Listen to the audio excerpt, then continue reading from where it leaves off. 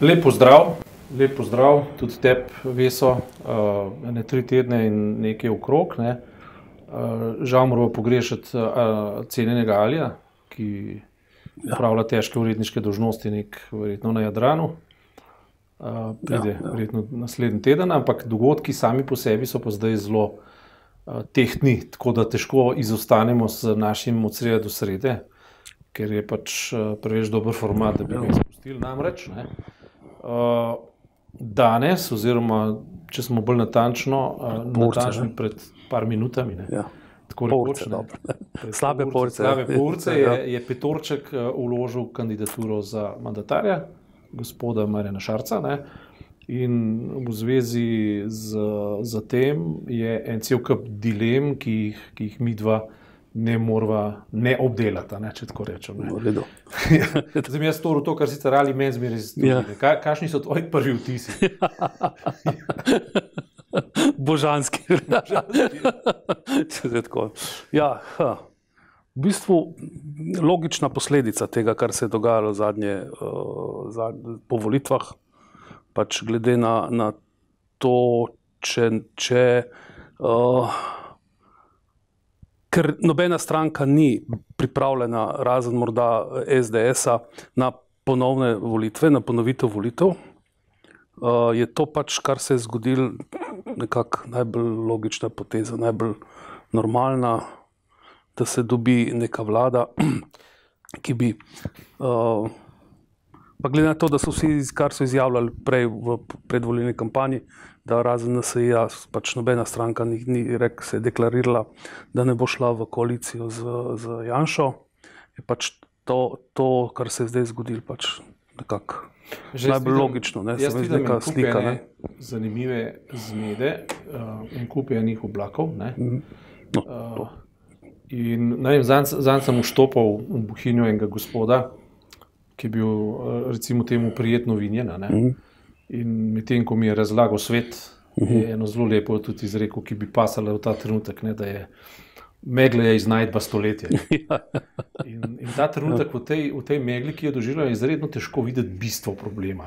Bistvo problema se mi zdi pa je v nekem temeljnem vprašanju, v čem je ta vlada, kaj je ime te vlade, kako bi poimenovali to vlado. Ne? In prej, ko se je Šarec pogovarjal, oziroma ko se je Petorček pogovarjal s Toninom oziroma z Novo Slovenijo, je izgledalo kot, da bomo imeli desno-sredinsko vlado. Potem se je začeli pogovarjati z Levico, je izgledalo kot, da bomo imeli levo-sredinsko vlado. V resnici imamo pa v vseh primerih po konceptih, ki jih lahko prebiramo, izključno desno vlado zdaj pa desno-sredinskim fasadnim korektivom ali pa z levo-sredinskim fasadnim korektivom. Se pravi, prvo ime igre je v bistvu to, namreč ali ima Levica zdaj prav, ko poskuša zamarkirati nekatere stalnice v koalicijski pogodbi oziroma v konceptu delovanja vlade, ali ima narobe. To je zdaj prvo vprašanje, ki je dobro vprašanje. Namreč, če nima prav, oziroma če ima prav, potem in pri tem noče sodelovati, potem je vseeno, kdo vlado sestavlja. Ali jo sestavlja Šarec ali jo sestavlja Janša. Po drugi strani je pa treba prisluhniti argumentom Petorčka, ki pravi, mi se lahko gibljemo na ravni vsega, kar obljubljamo javnosti v okviru fiskalnega pravila. To se pravi v okviru tega, kar nam finance omogočajo. Žal se je to do zdaj izkazalo kot lažna dilema v vseh teh varčevalnih schemah in tako naprej. Ta dilema je bila natanko enaka, kot je bila nekoč v Grčiji.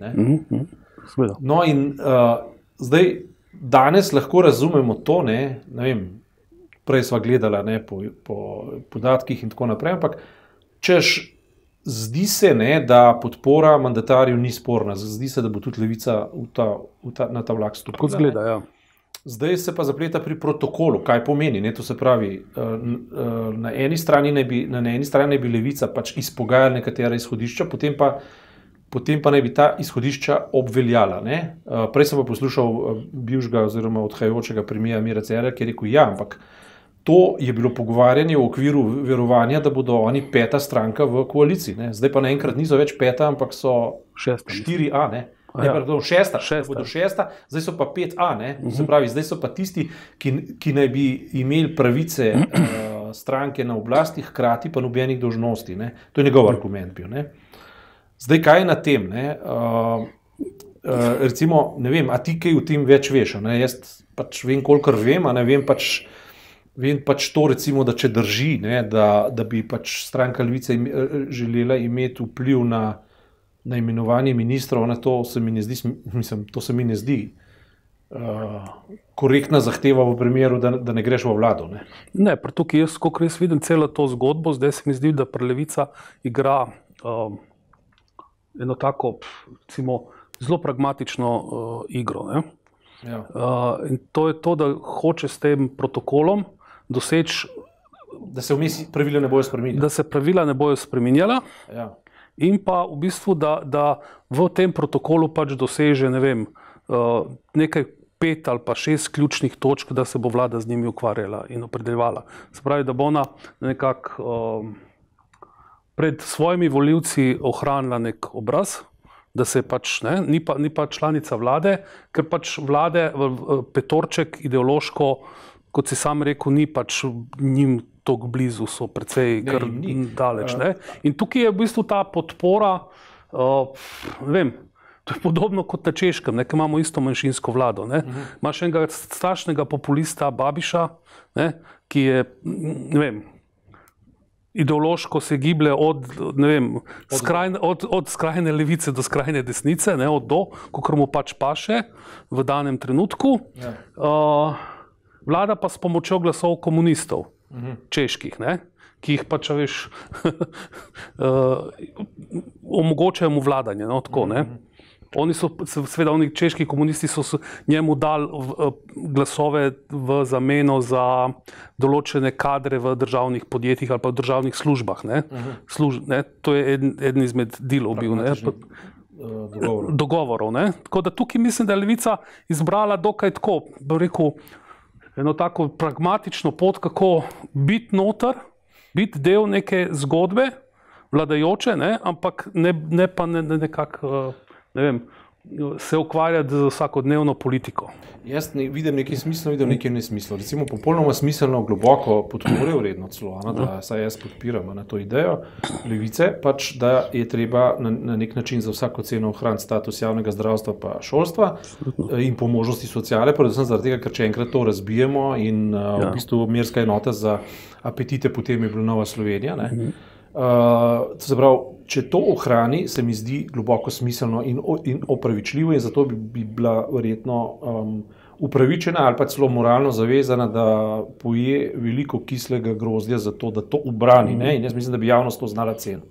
Na drugi strani se mi zdi pa nesmiselno, da bi postavila na kocko, bom rekel, Slovenijo zaradi članstva v NATO. To je neka abstraktna, brezvezna kategorija, ki itak ni odvisna od same Slovenije, od neke cele geostrategije, globalne in tako naprej.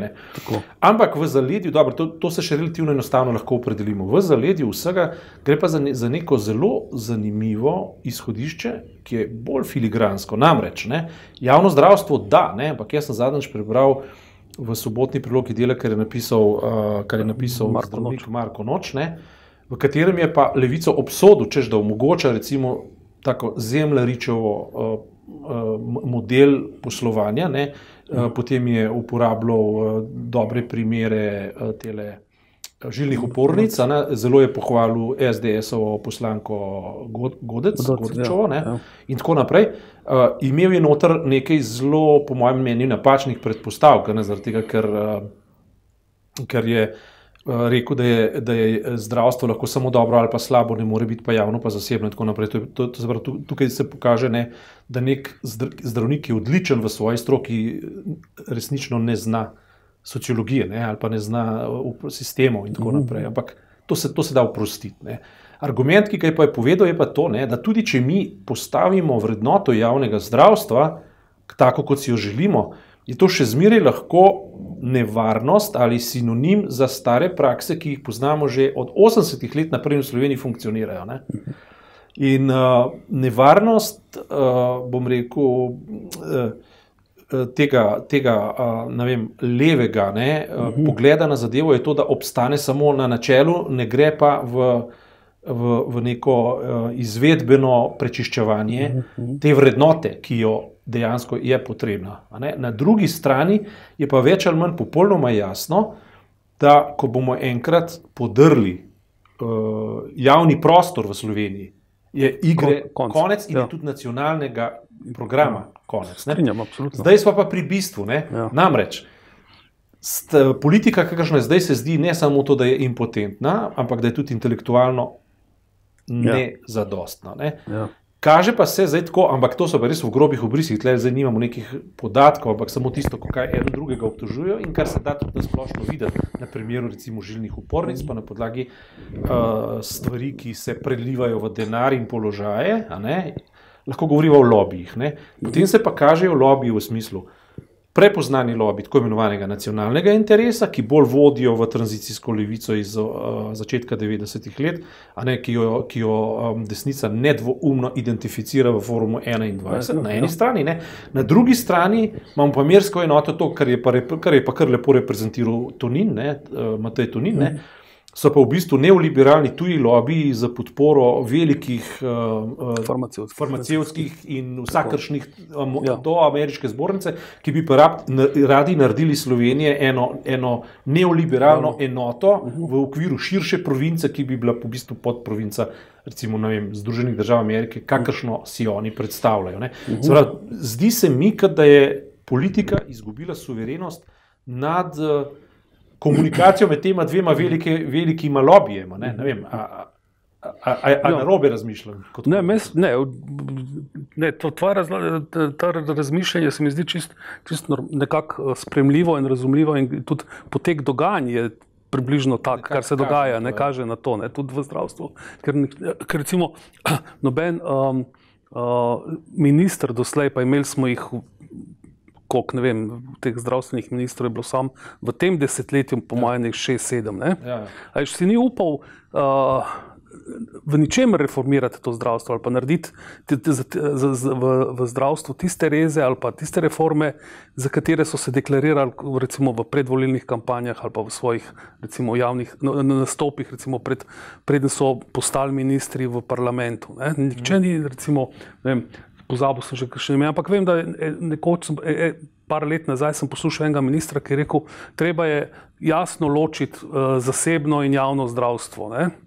Ja, absolutno se strinjam s tem, ampak ti, ko ločiš javno in zasebno zdravstvo, tukaj pozabiš še odkot denar. Se pravi, treba reformirati vse živo, od financ, se pravi, če imaš ločeno zdravstvo javno in zasebno, imaš pa samo eno zavarovalnico zdravstveno, Se pravi, ti moraš v bistvu komplet sistem spremeniti, če hočeš, in tukaj seveda, jasno, pač ta Toninova struja oziroma neoliberalna struja pač zagovarja več zdravstvenih zavarovalnic, svobodno izbiro, se pravi, tak neke vrste ameriški sistem, Medtem ko pa v bistvu imaš pa na drugi strani ljudi, ki pa zagovarjajo pač odpravo od tega dodatnega zavarovanja, enotno zdravstveno zavarovalnico, ki bo nadzorovala komplet vse, tako kot recimo imajo Angleži, približno tak sistem. Kar me skrbi ob sestavljanju te zdajšnje vlade je to,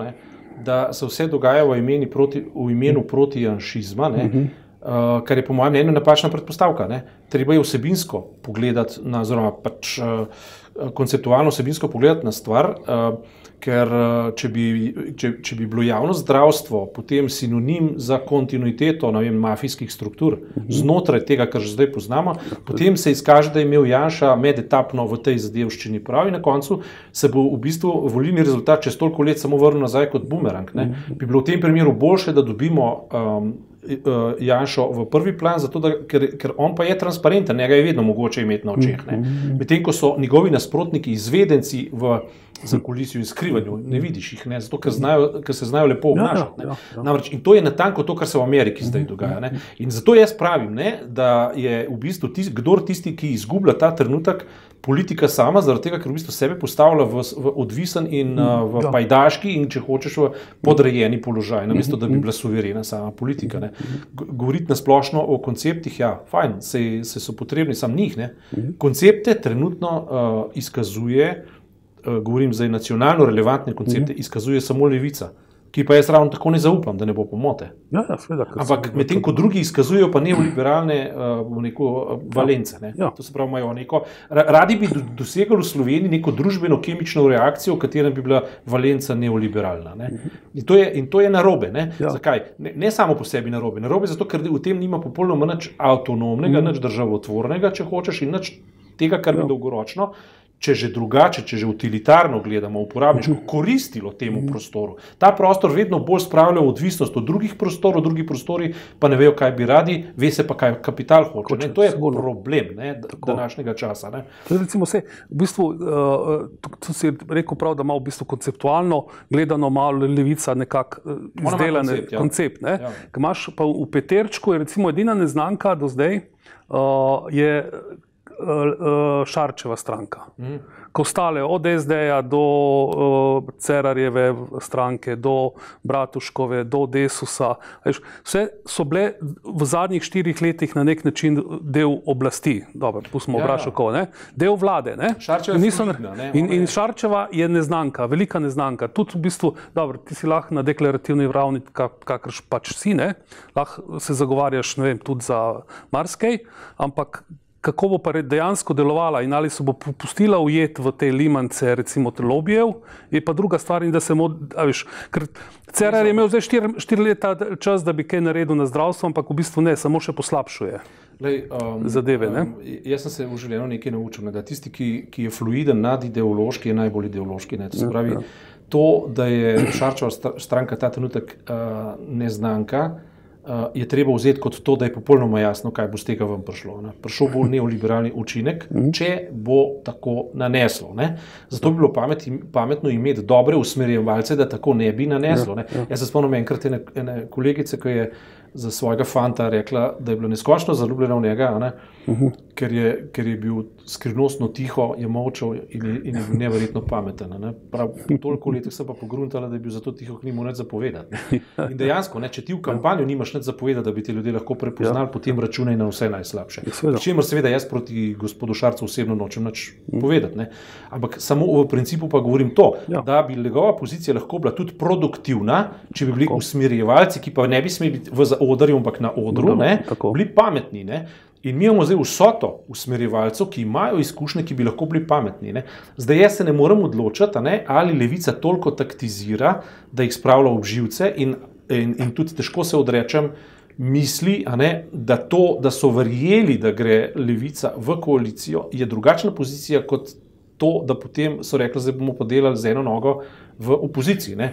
To jaz verjamem, da je možno potem stvari korigirati ali pa neke dodatne pogoje postavljati ali kakorkoli že. Ne. Ampak mislim pa dvoje. Ne. Prvič, jaz mislim, da bi moral Petorec pred javnostjo levici pustiti, da ohrani svoj obraz, se pravi pred volilci ohrani svoj obraz, da ljudje verjamejo, da oni izvajajo svoj koncept, definitivno. Ne. Na vsak način. Na drugi strani bi pa seveda levica mogla zelo jasno povedati, ali taktizira, pa do katere mere še taktizira, ali misel usmerjati, ker se pravi v Slovenijo v ohranjevanje javnega prostora in javnega dobrega, ker to je ime igre teh volitev in tega desetletja. Zdaj, če tega pač ne stori, ne, tvegajo vsi skupaj, tvegajo, to je pa lepši del tega razmisleka, ne, tvegajo nove volitve, ne, dvomim, da bi vsi ti poslanci radi izgubili svoje plače. To je pa tisto, kar je dr. Mencinger rekel za celo Evropo. Ne, se lahko pogovarjamo o konceptih, ampak na koncu koncev bojo pa egoizmi evropskih držav. Vse slabše od tega, da razpade. Ne? In verjetnost, da bo vlada nastala, je prav pod tem egoističnim ključem zelo visoka. Zelo visoka. Ne? Ja, pod tem pogojem, ne, da bojo prav ti veliki egoti, ki so v recimo tem Petorčku, malo stopili kakšen korak nazaj. Ne. To bo težko, to bo zelo težko. Sicer bo pa tudi to, kar ravnovesje težko loviti v nadaljevanju ali kakorkoli že. Ne. Ampak Čeprav se mi zdi, recimo tukaj Šarec se mi zdi, vsaj deluje, tako jaz ga tudi ne poznam, nisem še nikoli z njim govoril, ampak tako, kot sem ga opazoval že na predsedniških volitvah, pa zdaj med kampanjo in tako naprej, med volitvami, tudi zdaj, mi deluje nekako veliko bolj odločen, kot je bil Cerar na začetku. Mislim, nekako deluje bolj kot da bo znal udariti po mizi, kar Cerar pač na začetku ni. Zdaj vprašanje, je to... Informacija današnjega dne pač je, da je vložena pač tale za mandatarstvo. No, zdaj pa na nas je pač, da opazujemo, kaj se je dogajalo naprej. Naslednjo sredo bomo potem želeli kaj povedati. Ja, čakaj se volitve so... Ne, naslednjo sredo je praznik. Ja, potem pa pač... Po petek, dan prej, mislim, da je v petek so volitve, ne? Petek, ja. Petek volijo mandatarja, ne? Drži. Takrat se bo. Hvala lepa za danes.